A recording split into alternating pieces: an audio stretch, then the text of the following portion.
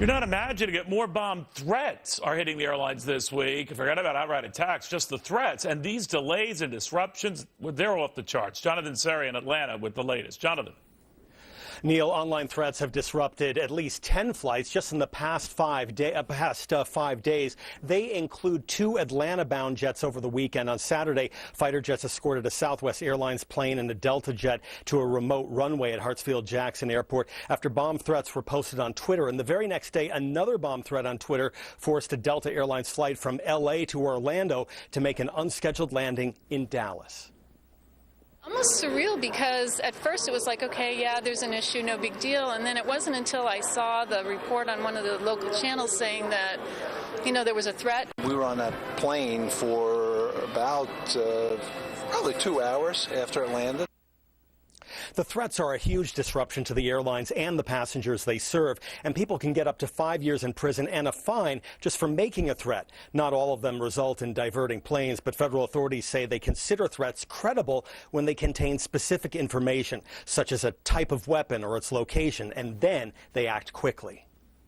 The protocols are set up after 9/11. They happen very rapidly, so it's a pretty short chain of command. So when the conversation is happening with Northcom and NORAD, somebody's making that decision based on the information being provided to them.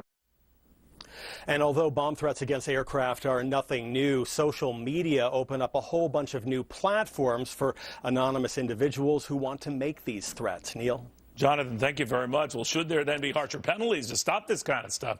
Well, Attorney General Weinstein says yes. Whitney Boan disagrees. Why do you say it's tough to do, Whitney, or that you're against this? I'm against it because it's not going to serve as a deterrent. I mean, you're operating from a presumption that the people that are making these threats are rational human beings who have thought about the consequences of their actions. Clearly, if they're in a position that they're making bomb threats, they're probably not thinking it through to that extent. Well, maybe they just feel they can't be caught.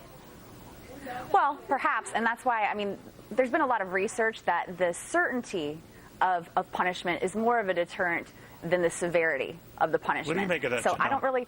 Well, I think the problem here is we're in such a heightened alert with all these terror attacks that if we have these pranksters that are doing that, we need a substantial deterrent to stop them. What is it now? It's $250,000, 5 years? Up to 5 years. Up to 5 years. So the worst they can get is 5 years. Right, it could be 5 years. And with the ease of being able to just tweet a threat, I think that if people realize there is such a substantial penalty, that may stop.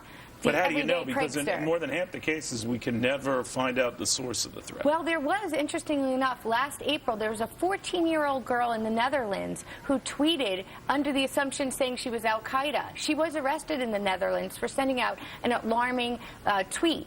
And I think it's important that they set this deterrent and they set it harder and harsher, because otherwise, with everything else we're dealing with, how are we going to decipher who's the prankster and who's the terrorist? Whitney, if we don't do something, the fear is that this will just escalate. I don't know whether a stiffer penalty is the answer, or we monitor traffic a lot better and tweets a lot better, and therein lies a lot of privacy issues. But something has got to be done, because this is out of control.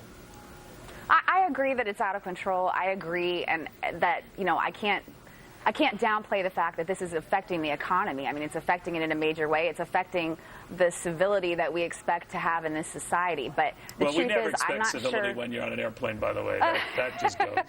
Fair enough, fair enough. But I think that the issue here is that our laws have not caught up to the reality of social networking and the breadth of what can be said on the internet. Yeah, and I agree with you. I mean, the policing's going to have to go up. I'm sorry, but that's the point. Maybe it's just getting more savvy about this than just throwing fines. Yeah, and on so many levels, the regulating what's going on in the internet, and there aren't any laws that are really severely monitoring that the way we need with the proper punishment. Yeah. And Whitney's exactly right.